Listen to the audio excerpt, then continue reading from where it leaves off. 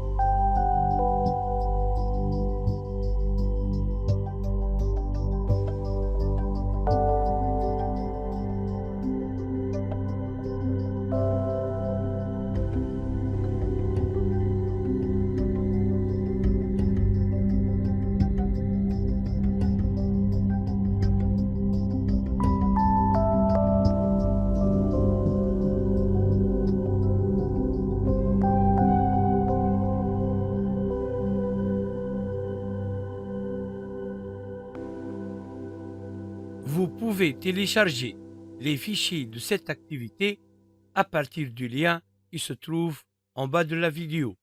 Merci pour votre attention. Au revoir.